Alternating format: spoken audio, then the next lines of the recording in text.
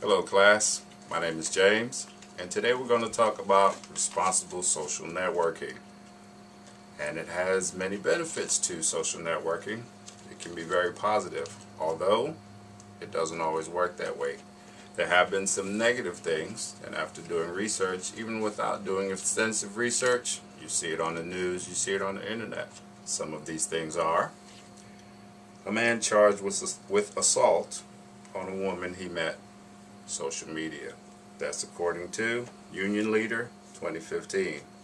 And there's the home robbery based on Facebook status, as in away, on vacation, out of town, so on and so forth. That's according to WMVR.com 2015.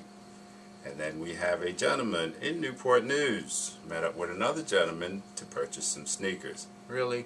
Go to Shoe Carnival. But that's according to thedailypress.com 2015. Now, like some of my fellow students, classmates, we post a lot of things on the internet, looking for books, looking for roommates, so on and so forth. How safe is that? Sometimes we put too much information out there, such as where we are, where we're going to be, where we're going to meet. So you may be meeting someone else other than that intended person. You can also pick up a stalker, and it doesn't have to be a stranger. It can also be someone that you know. Now, the internet can be very positive. It's immediate answers for a lot of questions. It's also a good place to search for jobs.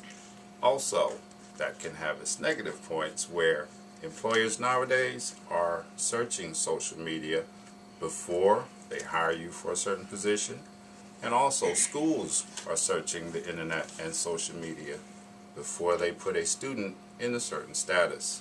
They don't want just anyone in these places. So the good thing about it is you can find what you need when you need it, and you can also find the things that you don't need. Identity theft. A lot of applications that you fill out, you have to put the majority of your information on it. All it takes is that one person that has negative intentions to get a hold of your information. Now they are you, and you are no longer yourself, because they're getting all the benefits of using your name, your information. Now, my solution or suggestion for the solution is this. Don't put any more information than you need to. Be careful where you're putting this information. If it looks like it's not right, chances are it's not right. So,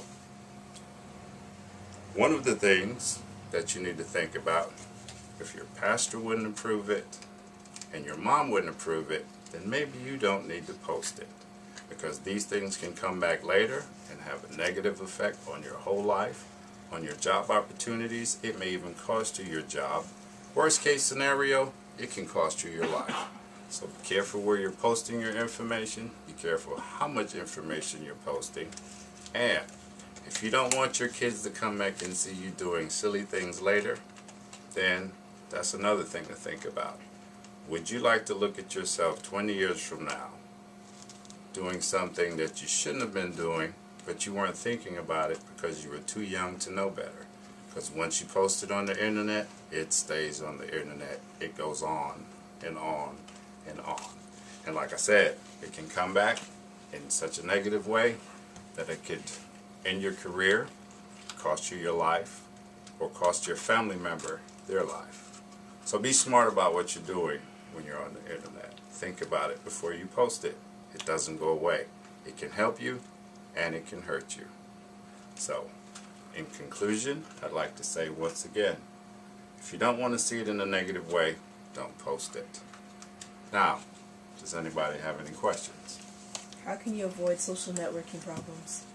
You can avoid social networking problems by, once again, be careful with the information that you post, be careful where you're posting this information, and just how much you're putting out there. You don't want too much of your business in the wrong place. Does that answer your question? Yes, it does. Thank you. You're welcome. Does anybody else have a question? How can you be safe meeting someone from the internet? The best suggestion I have for being safe meeting someone on the internet, one, you meet in a public place. Someplace that you know it's not going to be just the two of you. And if possible, take someone else with you unless you're going on a date. Again, my name is James. Thank you.